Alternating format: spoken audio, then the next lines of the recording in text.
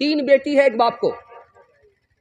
पैगाम आया, बड़ी वाली बेटी से बाप ने कहा पैगाम आया है जिस लड़के का उससे निकाह करोगी?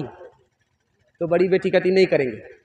तो बाप ने पूछा क्यों? कहा इसलिए कि वो मेरा रिश्तेदार नहीं है और वो बराबर का आदमी नहीं है, वो मेरी गलती को पकड़ेगा, मेरी गलती को माफ़ नहीं करेगा, इसलिए मैं निकाह नहीं करूँ। बाप ने कहा बेटी, दूसरी बेटी से कहा बेटी तुम कबूल कर लो। वो बेटी कहती नहीं, मेरे अंदर तो हुनर है ही नहीं, ऐब ही ऐब है, मुझको तलाक दे देगा, माफ़ नहीं करेगा, मैं रिश्ता कबूल नहीं करूँगी। तीसरी बेटी जो सबसे छोटी बेटी है, उससे बाप ने कहा ये हारिस नाम का नौजवान है, तुम्हारे घर रिश्ता दिया है, तुम कबूल करोगी? तो छोटी बेटी तैयार हो गई कि मुझे कबूल है, ये रिश्ता कबूल है। तो बाप ने पूछा कि बेटी रिश्ता क्यों कबूल है? कहा इसलिए कबूल है कि मेरे पास सूरत भी है, मेरे पास सीरत भी है और अल्लाह पर भरोसा है, जो होना होगा देखा जाएगा। बेटी ने रिश्ता कबूल कर लिया। 2 बस्ती में जंग हो रही है, लड़की का रुखसती का वक्त आया, लड़की हाथ जोड़ करके खड़ी हो गई, जब तक ये लड़ाई ख़त्म नहीं होगी मैं ससुराल जा नहीं सकती।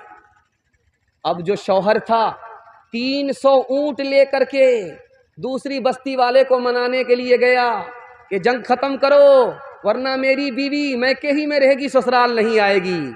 उस बच्ची की अक्लमंदी को दाद दीजिए। शादी के बाद इस शर्त पर रुखसत हो रही है, पहले घर का झगड़ा ख़त्म करो, उसके बाद हम तुम्हारे घर आएंगे। उसकी वजह से 40 साल की लड़ाई एक दिन में ख़त्म होगी। दूसरी मिसाल दे रहा हूँ, ध्यान से इसको सुनिए। इमराउल कैस सरदार है, एक आदमी के साथ है, 3 सवाल करता है, ये जो जनाजा जा रहा है जिंदा का है या मुर्दा का है? ये जो खेती खड़ी है ख़त्म हो गई या बाकी है? तीसरा सवाल करता, तुम मुझको उठाओगे या मैं तुमको उठाऊंगा? तो लड़की के बाप ने सोचा कि अकल से पैदल लगता है, रांची से आया हुआ, हाफ पागल लगता है।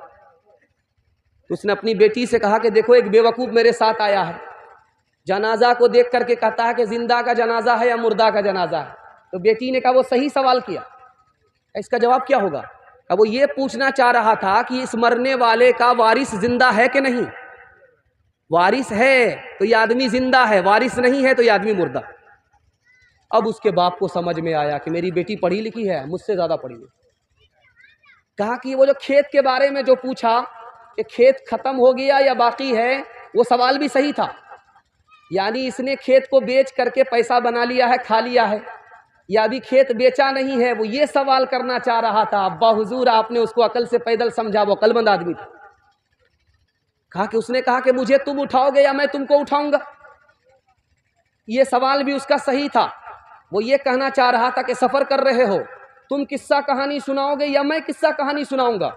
जब तुम किस्सा कहानी सुनाओगे तो सफ़र जल्दी उठेगा, जब तुम किस्सा कहानी सुनाओगे तो रास्ता जल्दी कटेगा। ये मतलब था। जब उस सरदार को पता चला इस घर में लड़की बाप से भी ज़्यादा पढ़ी लिखी है, उसने फ्री में उस लड़की से निकाह कर लिया। तीसरा नमूना आपकी खिदमत में आ रहा। काला आदमी दरवाजे पर आया, दस्तक दिया, दरवाज़ा खुला, बाप आया। कहा क्यों आए हो? कहा मुझे नबी ने भेजा। कहा क्यों भेजा है? तुम अपनी बेटी का निकाह कर दो मेरे हाथ। कहा तुम शक्ल ज़रा आईने में देख लो, हम कभी भी अपनी बेटी का निकाह तुमसे नहीं करेंगे। बेटी सुन रही थी, बेटी पीछे सुन रही थी। वो आकर के हाथ जोड़ करके अब्बा से कहती, अब्बा हुजूर आप शक्ल को मत देखो, ये जवान जो आया है ये खुद से नहीं आया है, इसको रसूलुल्लाह ने भेजा है। आने वाले को मत देखो, जिसने भेजा है उनको देखो। तुमको ये रिश्ता मंजूर नहीं है, मुझको ये रिश्ता मंजूर है। बाप बेटी के पास आया शादी से पहले, कहता बेटी मैंने तुम्हारे लिए रिश्ता ढूंढ लिया। तो बेटी ने कहा क्या रिश्ता है?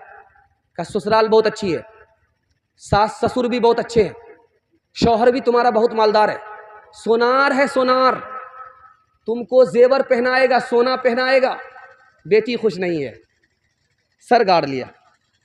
बाप ने कहा इतनी अच्छी ससुराल मिल रही है, तू खुश नहीं है? इतना अच्छा शौहर मिल रहा, मालदार, सोना पहनाएगा तुमको, तुम खुश नहीं है? तो बेटी का जवाब सुनिए, अल्लाह सबको ऐसी होनहार बेटी अता फरमाए। उसने कहा अब्बा हुजूर मुझको सोना नहीं चाहिए, नबी की सुन्नत चाहिए। लड़का के चेहरे पर दाढ़ी नहीं, जो नबी की परवाह नहीं करता वो मेरी क्या परवाह करेगा, मुझे उसका ऐसा लड़का कबूल नहीं। आखिरी नमूना आपकी खिदमत में लेकर के आ रहा हूं, जिसको ध्यान से सुनिएगा।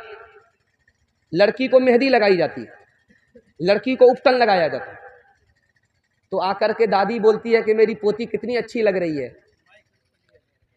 नानी बोल रही है कि मेरी नवासी कितनी अच्छी लग रही है, लेकिन बेटी कुछ नहीं बोल रही, मायूस है, गम में डूबी हुई है। जानते हैं क्यों? बेटी तारीफ से खुश नहीं है। क्यों? दो वजह से। एक तो ये है कि मैके छूट रहा है, ससुराल जा रही है, एक तो इसका गम है। दूसरा गम ये है कि नानी तारीफ कर रही है, दादी तारीफ कर रही है, इनकी तारीफ से क्या होने वाला है? मैं जिसकी बीवी बनने वाली हूं वो शौहर तारीफ करेगा तब काबिल तारीफ है। आखिरी नमूना आपकी खिदमत में लेकर के आ रहा हूं, ध्यान से इसको सुनिएगा। शहर में पीर साहब आए, औरत को पता करना था कि असली पीर है या जाली पीर है। तो पीर साहब से कहा कि पीर साहब असली पीर हो या जाली पीर हो? तो पीर साहब ने सर उठा करके कहा कि मैं 1 नंबर का पीर हूं, 2 नंबर पीर नहीं हूं, बैठता यहां हूं, मदीना देख लेता हूं। तो औरत ने कहा अभी 2 मिनट में पता चल जाए। दस्तरखान बिछा दिया,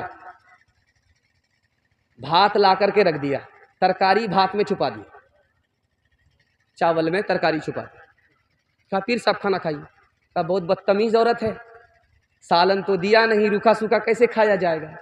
तो औरत ने कहा कि आप 2 नंबर के पीर हो, बैठते यहाँ हो, मदीना नजर आता है, भात में तरकारी छुपी हुई है नजर नहीं आ रही है। उसने सूरत चंद रोजा, हुस्न सीरत मुस्तकिल, इससे खुश होती हैं आंखें, उससे खुश होता है दिल।